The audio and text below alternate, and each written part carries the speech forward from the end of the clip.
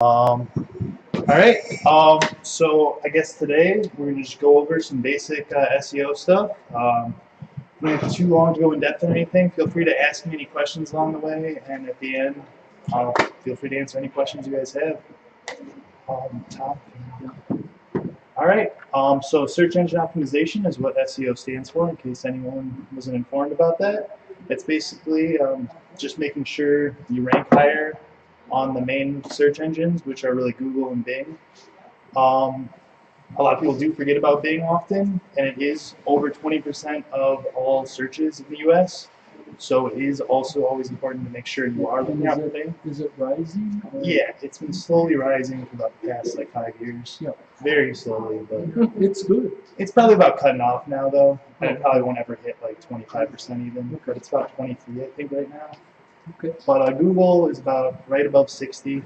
And then there's smaller ones, which is Yahoo, but and AOL and Ask. But those are really, it's hard to do optimization for those since their search techniques are pretty poor and a lot of pay to play for those. It's not really just the best results. It's more just their little money asking machines. So you don't really worry about those too much. Though Yahoo does have, I think, still almost 10% of the search forexes, so you don't have to completely ignore Yahoo, but it's really, no one's really going for that kind of search. And then at the end, I'll talk about Amazon coming into the field with their voice search with Alexa, which is going to be a new addition to the search engines coming up. But beyond that, what I'll talk about today. In your Google Maps up there, what is? Yeah, so when you're doing search engine optimization, there's two main platforms for Google. There's basically their basic search, and then when people are using Google Maps, on their phone, to search a business or private property. So if they're searching, for example, pizza, there will be different results that come up on Google Maps versus just the main search algorithm on your desktop. Maps will show more places with images and stuff like that over more data sensitive stuff on a normal Google search, I think. But yeah, and I'll get all into details about this throughout the presentation. And basically the last point I want to make is that SEO is a zero-sum game. A lot of people like to say that business isn't, but SEO is one of those things about business that you either are ahead of someone or not. So on search rankings, it is one of those few parts of business that is just you're either ahead of someone. Okay, yep, for the next slide. And so for SEO, that's really focused on your website, driving traffic to it. And you start that with just having a good modern website with perfect structure, loading quickly, having good readability, built for any object from a phone to a giant desktop to your laptop. You want it to be smooth, and so you also want to be tagging everything properly, basically communicating with the search engines. I'm going to use Google for most of my examples since they're the main search engine, but Bing works the exact same way. So if you optimize for Google, you're optimizing for both. But basically, when you're tagging stuff, like your images, for example, you're going to want to, if you're writing a blog post about, let's say, a new product you have coming out, you're going to title that image as something relevant to that page or the post you're writing about. You're going to want the subtags and little parts all to be relevant to what you're talking about on that page.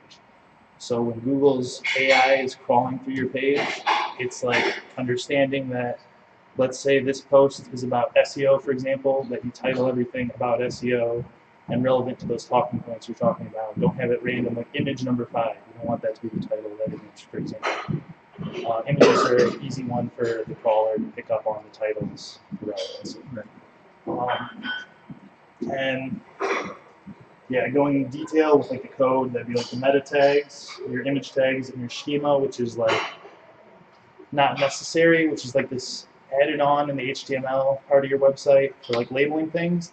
Doesn't actually help with SEO, but it fine tunes the search engine so it understands automatically and doesn't make any mistakes about what your page is about. That's a little more complicated stuff with the schema, language format in the HTML coding, but that's just something if you have someone, yep, no. Real fast, so I'm looking at WordPress for the Green Garage, and I'm going to upload an image. Yeah. And when I do that, I've got the option to add a title, a caption, alt text, and description. Yeah. So you're mostly Title talking about the title and alt text. and alt text are the two that they're looking for, Yeah, those are basically the ones that are gonna just get checked really quick. and the description isn't as important. No, that's gonna come up like so. Sometimes you can on WordPress you can have a show description, so it'll be Show like it, some right. text that will come up underneath the photo. And that will check too, but you don't need that necessarily. It's really just the title and the alt text. And the one thing that I know that they are saying, because it's evolved in their search, is to describe, almost don't put a bunch of keywords in. They say just describe exactly what's in the picture. Yeah. I mean, don't put a bunch of, just describe as clearly as you can what's in the picture. And that goes in alt text. Or the title, but I would really even more so what the post is about than the photo itself. Yeah, it helps to know, like with alt image tagging, which is like adding text to the image that it's for actually blind people to use. So when you're describing an image, it should be like a blind person's. That's a good way. I didn't actually know that's why it was there, but Yeah. yeah, that's a good way. Alt image. Um, Go ahead. Oh yeah, the only other thing about your website is for your speed. You are going to be Google does test for mobile first with speed, so it will test your mobile how fast your website is on a mobile platform. Like it'll basically use an equivalent of an iPhone or a Google Pixel to test how fast your page loads, how fast images and everything load on a mobile network. So like a 3G network. So it is not testing it. Then it'll also test your like desktop load speeds, but it's testing a mobile network first, and that's how it's rating your speed, which goes into your ranking factors. So you should always be testing that. And I do have more about that later. Yeah. When we check that schema, does that also include structured data? Yeah, that's all in like the schema format. That's like more complicated stuff. Every day, but if you want to talk about it any other time, feel free. You can find that if you Google schema format. There's a whole website devoted to it. It's like an organization, nonprofit. But it's not necessary. But it is like so when the Google crawler comes through your page, the AI tries to understand what your web page is about, and it nails it most of the time. But if you do the correct like labeling and everything, it'll know it like 100% of the time, I guess is what I'm trying to say. And basically, when you're labeling stuff like that, you hopefully have already focused in on a keywords to go around. But I'll get into that in another time. I think. Good? We're good. And then I guess what it is reading on your website is content. It does look at timeliness of your content, so how fresh. When was the last time you updated your website? When was the last time you added new images, new blog posts, new just pages? And when was the last time you updated those pages, updated those content? And it doesn't have to just be a blog. You can have a podcast going on there. You can have a video. And when you do post podcasts and videos, a great thing to do with those is to post show notes as well, so that the crawlers can go through and read through the show notes like it is text, so that it can get basically the benefit of a blog post with the added thing for your actual followers for a podcast. Same with video. Video, though, I mean, just having podcast and video is great anyways. Video is highly rated by both Google and Bing. They like video. Obviously, it has to be done right, especially if you're using YouTube. Normally, already tagging it, it's already properly. Sorry. If you upload to YouTube and tag everything properly on YouTube, for example, or Vimeo, those will be consistent enough if it's through your channel, put onto your website or Google already. But show notes are always great if you're doing a podcast in either audio or video format. Yeah. Show notes, Like word for word, what's like going on. like a transcript. Yeah, it can be a transcript or it can just be quick points too.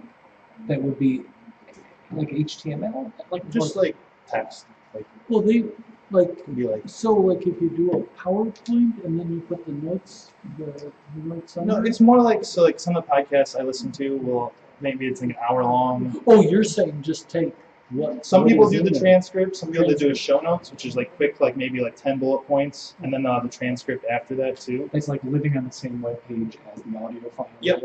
Yeah.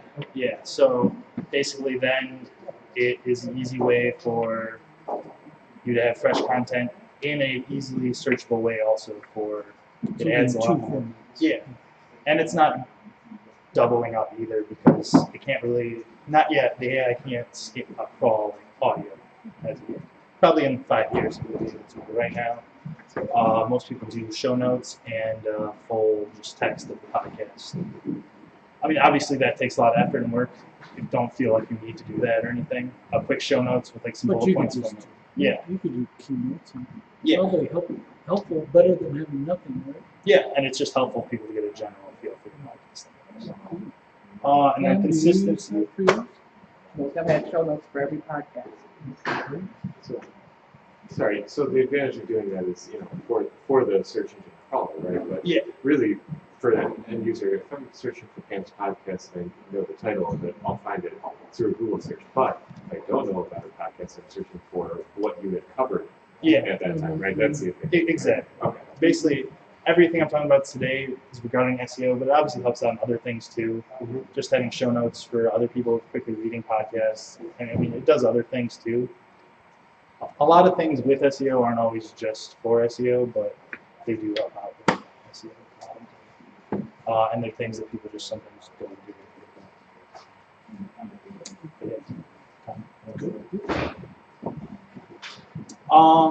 And then internal linking basically is linking your own web pages inside your website. Now, there's two different formats for internal linking.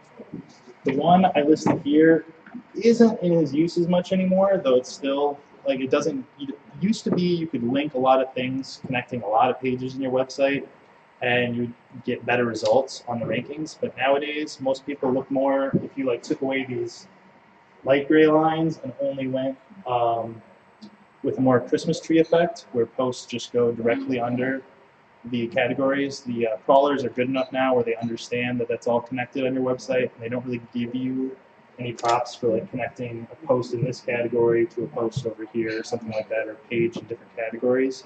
It used to be you could link different pages that weren't related in your website to help just help with the crawlers and help boost your rankings. That doesn't really work as much anymore. I mean, basically, it's good. You don't really need that. Still, feel free to post like cross links through your different articles just for linking purposes to help people on your website and stuff like that. But really, you just need to make sure all your web pages and blog posts are linked up to a top.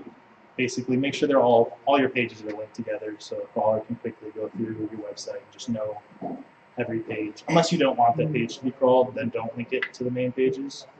Like if you're kind of testing something out or something. You can always, it's called robots. It's like there's some text code you can also put in for different pages so that crawlers don't crawl like a page if you're trying to edit anything or anything like that. Always remember to turn that off too when you're done, or else you can just not show up on Google. And with keywords, yeah. So this is where you want to be like, if you're writing a blog post, does anyone have an example of something? I don't know. Think of like a category. I don't know. I write a lot of blog posts on the apps I use. On apps, let's say that you did some research and the keyword you're trying to target is like editing apps, like I don't know, optimization apps or something like that. And you would do your research, which I'll talk about near the end, through either Google Analytics and like their keyword researcher or something else. And then you would try to target those different keyword groups into your article. I mean, you got to make it organic and a full, you have to have a good page with good information and everything. You can't just spam keywords anymore. That used to be a technique where you could just basically put the keywords on your page and things would happen.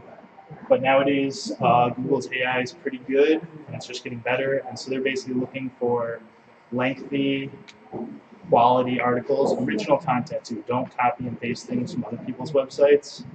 That'll negatively hurt your your results. It's not the end of the world, but you don't want to do that. But yeah, basically don't spam stuff. Quality content is good. The longer, because Google tracks how long people come to your website and stay there and read things and interact with your website, so you want fresh quality content. So you're saying with the keywords that, like, if I have a particular topic I'm writing a blog post about, I can go to a resource in Google and identify several keywords that I ought to have in there, Yes, and then naturally build them into the text. exactly. And what is that tool called? Or You like, can just, through Google Analytics, they have like a keyword researcher, but there's a lot of other websites that use their data for easier research. I can send you some of that stuff later too. Yeah. You're talking about not taking content from somebody else. If you wanted to quote a poem or an article and then respond to it, is that That's the fine. blog? I'm just saying, like, don't copy and paste like 1,000-word post into your, like, you know what I mean? Don't, like, some people, yeah. Like, for example, so I've done some example of, like, I've worked on some, like, attorneys' websites, and so they literally just had, like, some copy and pasted, like let's say they did family law. They would have just copied and pasted someone else's family law, like, explanation onto their website, which you get, like, negatively. Because Google knows which one came first, like, so they have a recording of that in their database. And so they can just tell you, just copy and paste that from another website to yours. Even if it's your own website and they don't know that you own that other website, you'll still get negatively punished. Yeah. Oh yeah, and speed test. Google's, like I said earlier, Google is doing mobile first speed testing. You can test your page. Google provides a bunch of tools. Actually, it puts them in the show notes for this podcast. But if you Google website speed test, you can see how fast the latency and everything, how fast things are loading. We use Pingdom. No, I don't know. Oh, you don't know? No. Well, Pingdom is a great, we use it for the website. Speed test and optimization. Yeah, I mostly just use Google's own tools because that's what they're grading on. Yep. But yeah. And they have them embedded in there, but if you can look at their analysis, it's very, their graphics are incredible. Yeah. Understanding how they do it in the graphic form. Oh, nice. Really nice. Yeah, that's a good one. Yeah. And then if you find out you do have a basically slow website, there's a lot of things you can do. If you have a few-year-old website design, it's probably kind of holding your whole website back, that on its own. Maybe you image optimization is usually the thing. Yep, that is one too. Faster hosting, you could actually just have a slow hosting plan that is not kept up with how fast your website's grown. And then smaller files, which is basically images and video. You shouldn't really be hosting any video on your own website anymore. There's plenty of web video hosters like YouTube and Vimeo you can embed onto your website without it. Which is better, Vimeo or YouTube? It depends on what you're doing. YouTube's great. They're both great. If you're doing like high quality video stuff, like if you're like Marty, like doing like actual film projects, you're probably using Vimeo. But if you're doing just like I'm gonna be uploading this on YouTube because this is gonna be low sound quality anyways. And I'm also not paying for Vimeo. Vimeo is a premium service. You gotta remember that. YouTube is, while Vimeo's probably quality is better, it's only if you're doing high quality, maybe like film projects. That's the only time I really recommend it. And if you're using WordPress, if you have a lot of plugins, they can slow down your website, especially older plugins. And your plugins can fight with each other sometimes and kind of break your website. So you might want to look into those, get rid of unnecessary plugins always. You don't need those slowing down your website. But that's it for speed. And then there's backlinks, which are basically other websites linking to your site. So if you are was I gonna say, and listings. So if you are get mentioned in like a reputable website, like let's say New York Times. the New York Times, that's a great example actually. If they link to your website, that is a huge boost for your SEO rankings because Google says New York Times is a legitimate top ranking result. We're going to say you're a more legitimate result since they are linking to you. Basically, and if you have, and that comes to the other side of the spectrum too, you don't want to pay for links. There are some spammy websites that say they'll link to your website. You don't want to ever be going over and just paying to people to spam a bunch of links to your website because then Google will be like, what are these weird websites linking to your site? They'll group you in with those weird websites. Like, you don't want that to happen either. And with that, there are a lot of legitimate listings. Think like if your Facebook page, for example, you can put your website link in. That's a really legitimate one. If your business page for your business Facebook page links back, you want all your basic listings to link back to your website. And then this is just, I kind of put this in this slide. You want to make sure all the info on your Google My Business and Bing Places for Business, which are like the registrars for both search engines for your business, are correctly up to date with all your contact info and your website. And with that, what was I going to say? You want to make sure there's consistency throughout all the listings. So if you put on yellowpages.com, for example, Yelp, Facebook page, your Google My Business, your Google Plus, whatever it is, you want to make sure everything has the same info, same phone numbers, same emails, same website address. Because all of that, like if there's different info in there, like if there's different phone numbers on two different results, Google is going to get confused and maybe put those as different businesses. A good tool you can use to check all your listings like that, Moz Local, has, if you go to moz.com, MOZ.com, they have local listings results, especially if you're a local business, like the Green Garage, for example. Yeah, Elmore. That will help you look at these registries. There's a lot of paid registries out there. Don't ever feel like you have to pay for your registry. Google does not equalize them with the free registries because they think that they want to be a legitimate source of information. So they don't ever want to put a paid registry like there's quite a few out there like Axicom and some stuff like that you have to pay for to get listed on. You don't ever feel like you need to pay to get listed on websites. Free ones are like Yellow Pages, Yelp. One I put myself on is MLive. MLive has a free business listing. That's a good one for everyone here. Basically, any newspapers are always legitimate news sources or legitimate good backlinks for your website. So, and there's Foursquare. And you're like local, any chamber of commerces you guys are members of, or yeah, you want to be on their website. You also, if you're a business here, Midtown Detroit Inc. has got a website that has businesses on it, and that is a major traffic. That's a good one. I don't know. Yeah. Okay, a quick question, because I never really quite understood the backlinks. And going back to my podcast, the footer for each podcast show notes page is the exact same. Well, first I put the links of whoever the guest is, but then I also put Green Garage Detroit to find out more about them, because I say that's what we post, and I give my other websites, things like that. But it's always exactly the same at the bottom of each show notes. Does that make a difference? Is that good, bad? That's fine. Okay. I mean, it's not going to give you. It's going to realize that those links. It's only going to basically grade that backlink once because you're doing it multiple times. But it's not going to push you.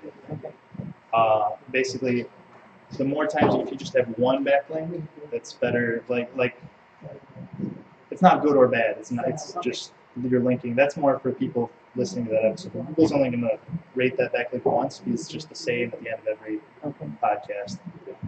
And they're not going to, like, if the New York Times published 2 articles about you with a link to your website, for example, within like 2 different years, they'll grade that twice because those are just 2 different completely independent links. But for what you're doing, no, it's just basically one small little backlink, and it's probably not going to make that much of a difference for anyone. Right. Oh, and then one other thing was niche or niche, whatever you pronounce it as, specific listings and rating sites like there's Avo for lawyers, health grades for doctors and stuff like that. Just So like co-working groups. yeah, whatever those are important for your. Find the one that is Google does actually put those on there little when they like search. Like if I look up Kurt Hamel consultant, like I have like my well, I don't have any niche one. It's actually a bad example. But if I looked up a lawyer, it would come up with his Avo score on there, which is like your like legal rating or whatever it is. So it does actually use the ratings from other non-Google sites. Facebook's a big one too, that they check the ratings.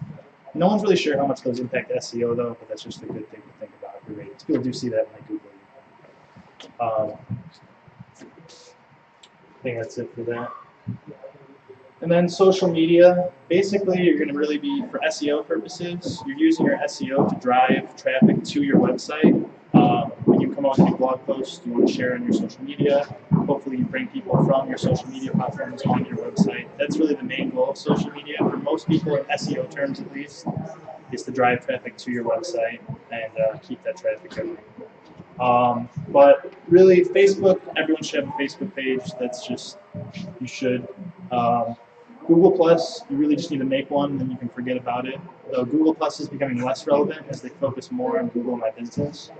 Right. But it's still kind of necessary. No one's really, who knows? Google switches platforms all the time. You just kind of got to keep up with them. But YouTube, if you're using video, just make sure that's all correctly labeled with your information. If you're more modern, looking at younger people, Instagram is up and coming. I mean, it is here. It's not like slow, but Instagram is great for linking stuff and is quickly growing to be like the most used social platform. LinkedIn for businesses, you can create your own business page on LinkedIn and link all your employees to your page. Not much for SEO there, but if people do Google it, it does another source that links back. And Twitter is kind of dying, but still in use for a little bit. We'll see how much longer. Trump's killing It was dying before. I think Trump might actually help it come back a little. As much as I hate to say that. But, yeah. Okay. Twitter's kind of dying because a lot of bot activity in the person. So, but yeah, that's about it for social media. Social media itself doesn't directly impact your SEO, but yeah, we got 2 more slides. And then measuring and resource, the 2 main tools for collecting data on your website itself are Google Analytics and the Facebook Pixel. That's new now, isn't it? Facebook Pixel, or they're just promoting it more for the business. It's not really new, but it's been in use for a bit. I don't really use Facebook Pixel myself. I understand how it's used, but you really need like a larger Facebook-like following to be able to even really use it, which I don't. I'm working on that this year. But so Google Analytics, basically both of them track cookies through the web browser and on mobile apps to see the same. They can basically track what websites people go to, when they go to your website, when they're on the Facebook page, what are their interests, what are their likes, so you get your demographics, see how long people are on your website, see how long people are doing your Facebook page, and Instagram. Facebook Pixel is also used for your Instagram stuff too. It's the same info and everything. But yeah, those are a little more high-end tools, but you should be tracking both these things, or you should embed them on your website, and those are important tools to use. That's how you, if you're actually really trying to track SEO stuff, you need to be tracking the data and who's coming to really know if you're getting results. And that's a whole other topic on themselves. And then the future of SEO. Voice optimization made a big input in 2017, and it's going to grow a lot in the next few years. And that comes with the Amazon Alexa entering the field of search. They are controlling their own search right now, and so where they're moving with search, no one's really sure. Right now, they're really focused on just making people buy stuff off Amazon, but obviously people do search other things on Amazon Alexa than just Amazon products. So that's another search platform to look out for in the future. So yeah, and then your user experience for center focus, basically how people are interacting with your website, how long they're staying on. That's all getting tracked by Google. They know that. They want to only send people to websites that people stay on. If they just click on your website and leave, you get a negative basically rating from that from Google. You're going to go lower on the search results. More AI control comes in every day, every month, with every new update of the rankings. It's called something brain, rank brain, I think, with Google. And it's just, there's less, it's not someone putting in data anymore saying we're looking at these things, even though they never really told people anyways.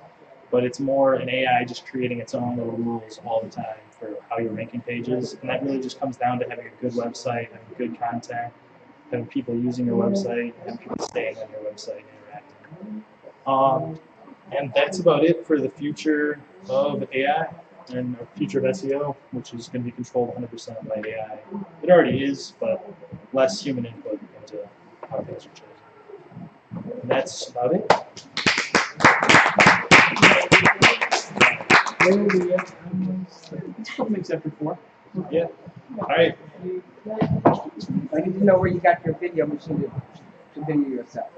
What? The gadget that you're using to video yourself. Webcam? Oh, that's the webcam? Yeah, it's just the Logitech. Oh, okay. I don't remember what model, but it's just like the basic, like And $40 webcam. that's going to your computer? Yep. Oh, Yeah. I've got one of those.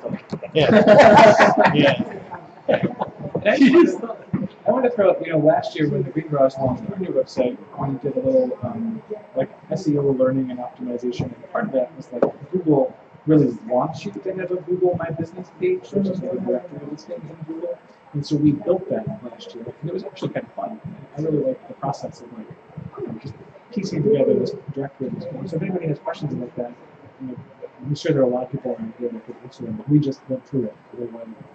And then they also ask you to make sure that you're encouraging people to leave reviews on Google, on your Google My Business page. And so we've been working with that, and I found a weird, just like thing to know about, which is that Charlene from LaunchGood had written this really nice, just like description of her life at the Green Garage on Instagram. And I asked her to please leave that as a Google review. And she did, and then it didn't show up. And I was trying to figure out why it wasn't showing up. And she said, no, I definitely posted it. And we kind of went back and forth. And we found out after doing some research was because she said, I work for launchgood.com in the review. And Google has these very specific rules that you can and can't say in a review. And you're not allowed to put a website in a review, otherwise they consider it as spam. Yeah, so once we deleted the .com, then it appeared. So it's kind of a random thing. Yeah. Learn what their rules are. With the Google reviews too, like first off, you can't review your own. You can. It'll let you review your own business, by the way, but it's not going to come up. Like I just tested that the other day just to see what would happen. It does let me review it, but it doesn't come up for anyone else. Because I actually didn't know about that. I wasn't sure. I was like, I wonder if that's a loophole. It is a loophole for most sites, like Yelp. I reviewed myself on Yelp. I have a 5-star rating on Yelp. Just so you know. Well, Yelp is a piece of work. But I'm sorry. Yeah. Oh no. So also though, it does Google. There's basically the more you review things online, the better review power you have. So I probably reviewed like 30 businesses like in my lifetime on Google. So I have a better rank. So if I like ranked someone around here, it would come up. It would be a better, higher caliber rating. If it's like your first Google ranking for like, let's say you're rating Popcat over there, and it's your first Google rating ever, it's not going to really input that much. Like there's different levels of like, they give you like these levels for Google reviewers basically. And so if you can get people who have like a higher level and that to review your business, it's going to count a lot more than someone who's like, it also helps stop like some angry customers from giving you a negative review on their first ever. Yeah. So it is a good thing actually. It's not like they're to punish people and try to give out good reviews. I'm going to ask, I've got a landline from a business at home, and I'm getting bombarded with calls to update my Google business listing. And they say it's free, but I'm sure that it's not. Oh, it's free. Various people would be calling me. Why? Well, you don't need to call them back. Just work with Matt or somebody. Right. I don't have a web page. I've got a Well, then- confused identity. then so you don't need to- But why are all these people, and it's a variety of people calling me? I think your son's making money out of this deal. We trace it as well. I've actually had to go through, and so I have to take Oh yeah, it's all good. Yeah. I think that's I what hang up. I'm not Yeah. sure what the end game is, but they can't all be legitimate. It's a ton of. Yeah, Various people. I have no idea. I mean, my best advice would be to get rid of a landline because at least on cell phones, there's laws against telemarketing